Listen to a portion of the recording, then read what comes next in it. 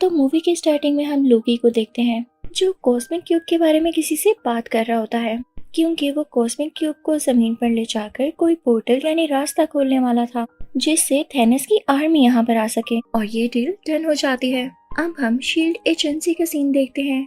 वहीं पर cosmic cube रखा गया था। अब वहीं पर एक हेलीकॉप्टर लैंड करता है जिसमें निक फ्यूरी होते हैं। वो अंदर आकर एक साइंटिस्ट से मिलते हैं तो उनको बताया जाता है कि कॉस्मिक क्यूब में से अजीब तरह की रेडिएशंस निकल रही हैं और कोई नहीं जानता ऐसा क्यों है। तभी वहाँ पर लोकी आ जाता है जो कि कॉस्मिक क्यूब को लेने आया होता है।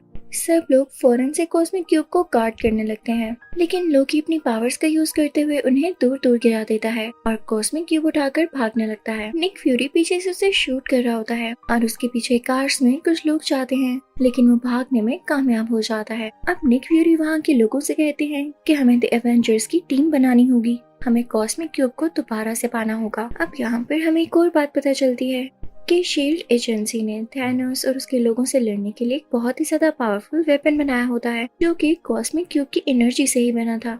अब निक फ्यूरी सीधा कैप्टन अमेरिका के पास जाते हैं जो कि फर्स्ट एवेंजर है। निक फ्यूरी से सब कुछ बताते हैं कि कॉस्मिक क्यूब को चुरा लिया गया है और उसे वापस लाने में तुम्हारी हेल्प की जरूरत है। दूसरी तरफ हम नताशा को देखते हैं जो कि इंडिया जाकर हल्क को लाती है और उसे कहती है कि तुम्हें कॉस्मिक क्यूब के बारे में काफी नॉलेज है, तो हमें तुम्हारी मदद चाहिए ताकि हम उसको दोबारा से पा सकें। और उधर हम एक एजेंट को देखते हैं जो कि टोनी स्टार्क से इस बारे में बात करता है और अब ये भी एवेंजर्स की टीम में शामिल हो जाता है। अब उसी एजेंट को हम प्लेन में कैप्टन अमेरिका के साथ देखते हैं। वो उससे कहता है कि आपका काम बहुत अच्छा है और मैं इसको एडमायर करता हूँ। अब प्लेन लैंड हो जाता है और कैप्टन अमेरिका मिलता है हल्क और नताशा से। वो लोग एक दूसरे से मिलकर बहुत ज्यादा खुश होते हैं। अब वो लोग एक बहरी जहाज पर बैठ जाते हैं, लेकिन कुछ ही देर में वो बहरी जहाज उड़ने लगता है, यानी वो एक फ्लाइंग क्राफ्ट था। और फिर उसके बाद निक फ्यूरी होलोग्राम क्रिएट करते हुए उसको इनविजिबल कर देते हैं। उधर हम लोकी को शील्ड की उन्हीं दो लोगों के साथ देखते हैं। उन लोगों में बात चल रही होती है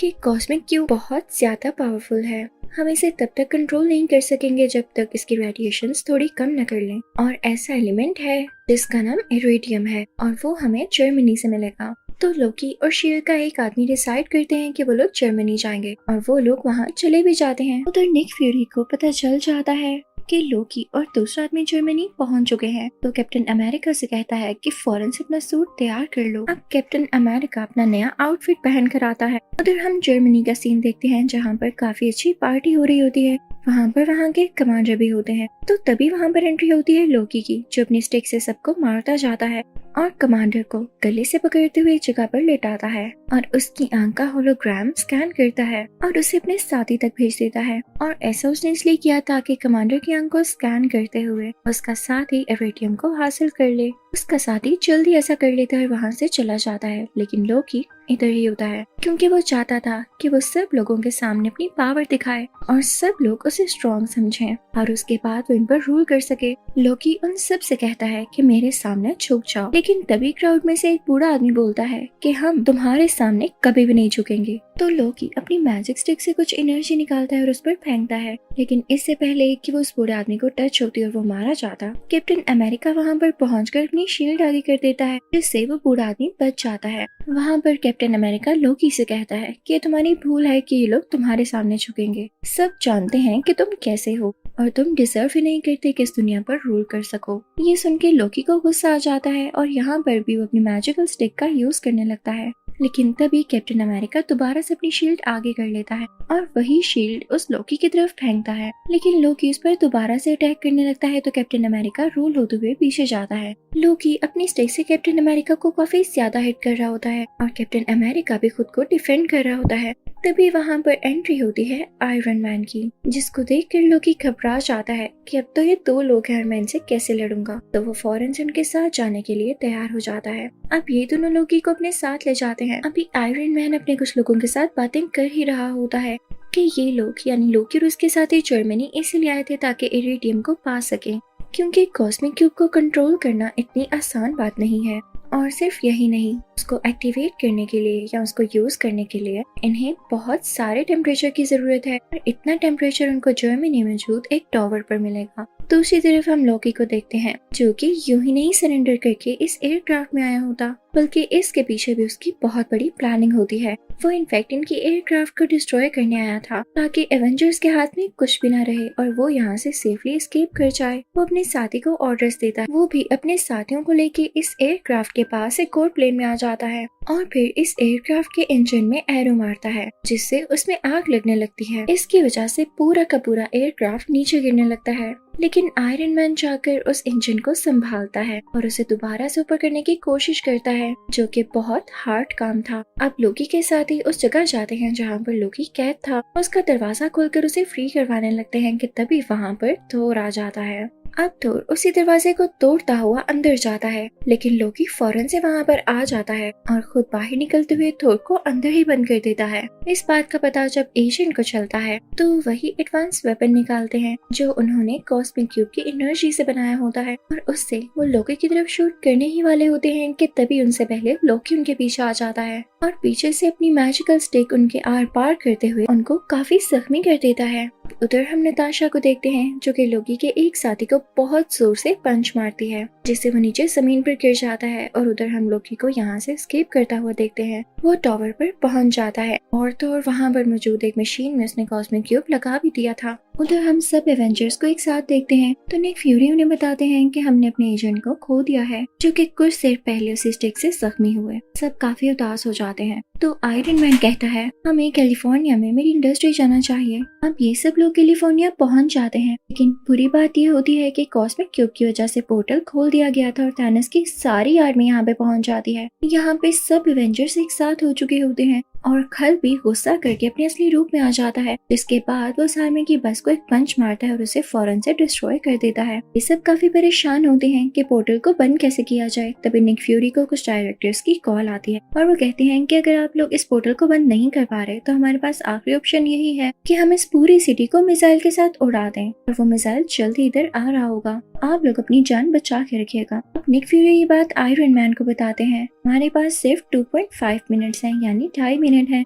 इसी में या तो हमें पोर्टल को बंद करना होगा या उसके बाद मिसाइल आने पर उसे रोकना होगा। नताशा काफी घबरा जाती है और लोकी की मैजिकल स्टिक लेकर उस पोर्टल के पास पहुंचती है और उसमें से काफी सारी एनर्जी निकालते हुए उस पोर्टल को बंद करने की कोशिश करती है। लेकिन तभी आयरन मैन उसे कहता है कि रुको, मेरे पास एक और आइडिया है। मेरे पास भी एक मिसाइल है जिसे मैं उस जगह पर फेंकूंगा जहाँ पर थैनोस के लोग हैं। और वो मिसाइल लेकर उस जगह पहुंच ही जाता है और उस जगह को डिस्ट्रॉय कर देता है, लेकिन काफी टाइम हो जाता है, वो वहाँ से नहीं लौटता। तो कैप्टन अमेरिका नताशा से कहता है कि हमारे पास और टाइम नहीं है, हमें पोर्टल बंद करना होगा वरना हम सब भी डिस्ट्रॉय हो जाएंगे, मारे जाएंगे। नताशा उस पोर्टल को बंद करने लगती है। आयरन मैन भी उसी पोर्टल में था और सब काफी दुखी थे क्योंकि ये नहीं जानते थे कि अब आगे क्या होने वाला है। पोर्टल को बंद ना किया तो इन पर मिसाइल गिरा दिया जाएगा, अगर पोर्टल को बंद कर दिया तो आयरन मैन अंदर ही रह जाएगा। लेकिन तभी उस पोर्टल में से आयरन मैन नीचे की तरफ आता है, यानी इस दुनिया पर गिरता है। सब लोग बहुत खुश हो जाते हैं। उन्होंने थैनोस की कम्युनिटी को भी तबाह कर दिया था और उनका दोस्त भी वापस आ चुका था,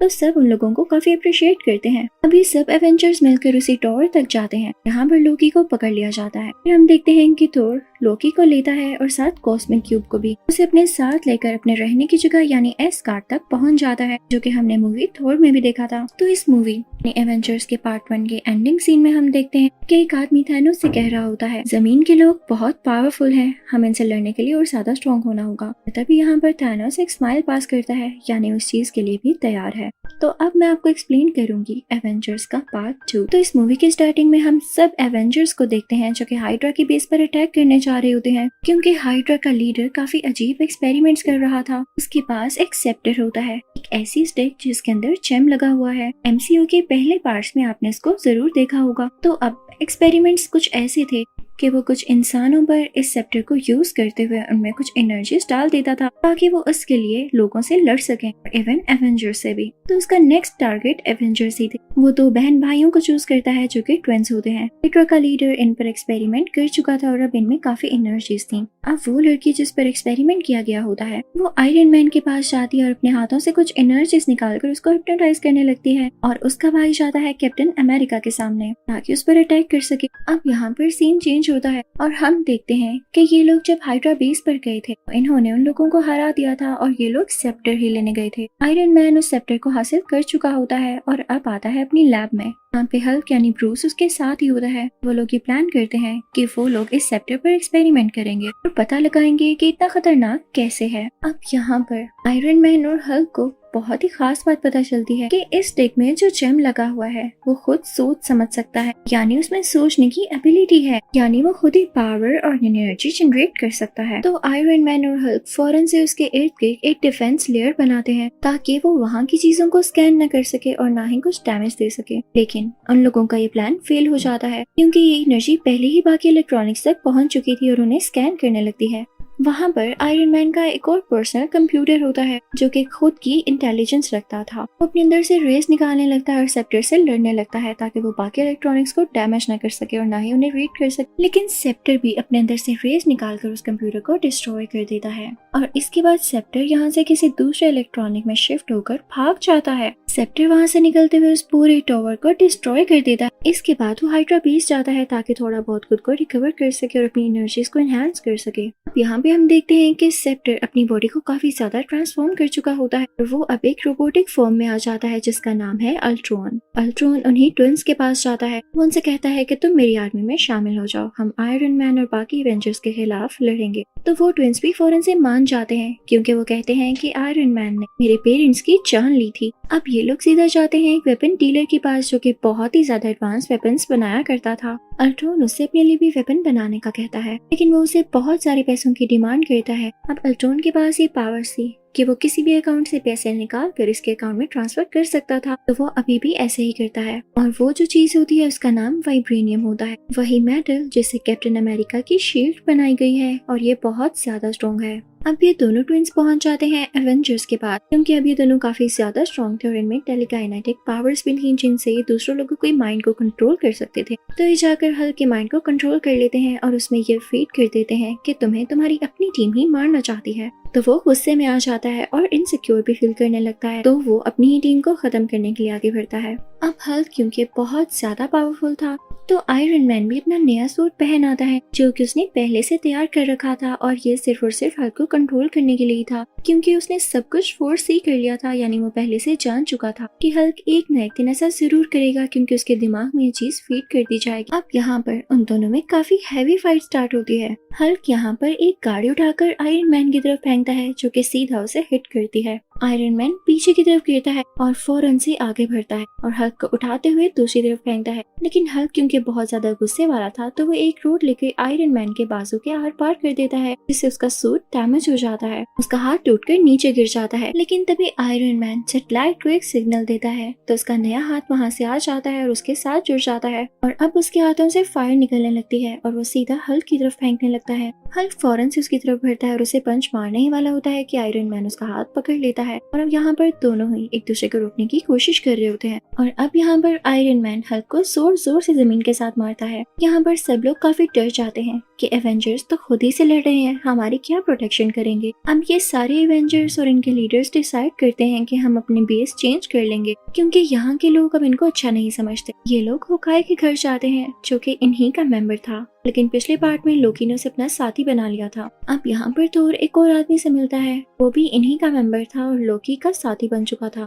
जो उसे अपने पर किए गए अटैक के बारे में बताता है जो कि उन्हीं ट्विंस में से एक लड़की ने किया था। नेक्स्ट सीन में हम कोरिया को देखते हैं। वहाँ पर अल्ट्रॉन जाता है और एक लड़की से मिलता है। अल्ट्रॉन क्योंकि उसे जेम की पावर से बना होता है तो वो चाहता था कि उसे जेम को एक बार दोबारा से यूज करके उसे वाइब्रेनियम के साथ मिलाकर और ज्यादा स्ट्रॉन्ग किया जाए। तो उस लेडी से कहता है कि तुम मेरी इस काम में मदद करो, लेकिन तभी वहाँ पर उन ट्विन बहन भाइयों में से लड़की उसका माइंड रीड कर लेती है तो उसे पता चलता है कि ये उसी सेप्टर को दोबारा से वाइब्रेनियम के साथ मिलाकर अपने लिए एक बहुत पावरफुल वेपन तैयार करना चाहता है ताकि इससे ये सब इंसानों को मार सके और यहाँ पर रूल कर सके। तो उसे ये बात बिल्कुल अच्छी नहीं लगती क्योंकि वो खुद भी एक इंसान थी। वो काफी काफी रोने लगती है। अल्ट्रॉन से कहती है कि हमें तो ये लगता था कि तुम आयरन मैन के अगेंस्ट हो, लेकिन तुम तो पूरी दुनिया को खत्म करना चाहते हो, तो सॉरी, इस काम में हम तुम्हारी कोई हेल्प नहीं करेंगे। तभी वहाँ पर एंट्री होती है कैप्टन अमेरिका, नताशा और होकाई की। वो लोग वहाँ से कोई सिंथेटिक बॉडी लेने आए थे। नताशा उस प्लेन का दरवाजा खोलती है जिसे सिंथेटिक बॉडी वो लोग हासिल कर लेते हैं। अब ये लोग बेस पर आते हैं जहाँ पर आयरन मैन उसको यूज करते हुए अपना कंप्यूटर वापस लाने की कोशिश करता है। अब यहाँ पर थोर भी अपना हैमर लाता है और उसमें से काफी ज्यादा इलेक्ट्रिसिटी और एनर्जी निकालने लगता है ताकि वो उस जेम को एक्टिवेट कर सके।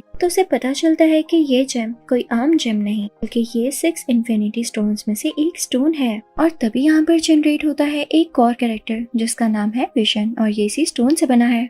अब वो दोनों ट्विंस भी एवेंजर्स के साथ मिल चुके होते हैं क्योंकि वो ह्यूमैनिटी को बचाना चाहते थे, क्योंकि वो ये नहीं चाहते थे कि बाकी लोग भी उसी तरह मारे जाए जैसे उनके पेरेंट्स मारे गए। अब ये लोग सारे मिलके अल्ट्रॉन की उसी बेस पर जाते हैं जो कि उसने वाइब्रेनियम से कुछ ही देर पहले प्रोड्यूस की है, ताकि वहाँ पर जाकर ये लोग उसे डिस्ट्रॉय कर सके। अब उधर अल्ट्रॉन ये चाहता था कि जहाँ पर उसकी बेस है वो सिटी को आसमान में उठा ले और फिर उसके बाद उसे पूरी दुनिया पर जोर से मारे ताकि वहाँ पर ब्लास्ट हो और सारी ह्यूमैनिटी डिस्ट्रॉय हो जाए। उसके बाद ये खुद यहाँ पर रूल कर सके और हर चीज नई तरीके से बना सके। लेकिन एवेंजर्स को इस बात का पता पहले से ही चल जाता है और वो सब रेडी होकर वहाँ पर पहुँच जाते हैं। लेकिन जैसे ही वहाँ पर ये लोग पहुँचते हैं तो अल्ट्रॉन की आर्मी इन पर अटैक करने लगती है। ये लोग उनको रोकने की कोशिश करते हैं, लेकिन तभी वहाँ पर निक फ्यूरी आ जाते हैं जो उन पर फायरिंग शुरू कर देते हैं। इस लड़ाई में उन ट्विन बहन भाइयों में से उस भाई की जान चली जाती है, इसकी वजह से उसकी बहन को बहुत ज्यादा दुख होता है और वो रोने लगती है और ये डिसाइड करती है कि वो अल्ट्रॉन को मार डालेगी और उसे खत्म ही कर देगी। वो लड़की अल्ट्रॉन के पास जाती है, अपनी पावर्स का यूज करते हुए उसका दिल उसकी चेस्ट से बाहर निकाल लेती, जैसे उसने किसी फोर्स और अट्रैक्शन का यूज किया हो। उसमें इतनी पावर्स जो थी। यहाँ पर अल्ट्रॉन मारा जाता है और किसने सोचा था कि इसे मारने वाली यही लड़की होगी। लेकिन तभी वहाँ पर एक और रोबोट आता है जिसका स्ट्रक्चर अल्ट्रॉन जैसा ही था। वो उस मशीन को एक्टिवेट कर देता है जिससे सिटी का पार्ट ऊपर उठने वाला था। अब वो शहर का हिस्सा आसमान में ऊपर आने लगता है और तेजी से नीचे गिरने ही वाला होता है। लेकिन आयरन मैन और थोर वहाँ जाकर उसको रोकते हैं और आयरन मैन अपनी चेस्ट में से कुछ एनर्जी निकालता है जिससे वो सिटी वहीं डिस्ट्रॉय हो जाती है। यानी यहाँ पर अब अल्ट्रॉन भी डिस्ट्रॉय हो चुका था और उसका ये प्लान भी खत्म हो चुका था। यानी अब कहीं पर डिस्ट्रक्शन नहीं होगी। मूवी के लास्ट सीन में हम देखते हैं एवेंजर्स का एक और बेस बनाया गया है। अब थोर इन लोगों से कहता है कि मुझे एस्गार्ड वापस जाना होगा क्योंकि जो 6 इन्फिनिटी स्टोन्स मैंने अपने विजन में देखे हैं मुझे इन पर कुछ रिसर्च करनी है। और फिर कैप्टन अमेरिका और नताशा बाकी लोगों को भी एवेंजर्स की टीम में शामिल करने के लिए उन्हें काफी अच्छी ट्रेनिंग देने लगते हैं और उनको नए नए तरीके सिखाने लगते हैं। मूवी तो यहाँ पर खत्म हो जाती है, लेकिन इसके पोस्ट क्रेडिट सीन्स में हम थैनोस को देखते हैं जो कि कहता है कि मैं किसी पर ट्रस्ट नहीं करूंगा और मैं खुद दुनिया में जाकर उसे डिस्ट्रॉय करूंगा। और इसी के साथ ये मूवी यानी एवेंजर्स के दोनों पार्ट्स यहाँ पर कम्प्लीटली एंड हो जाते हैं।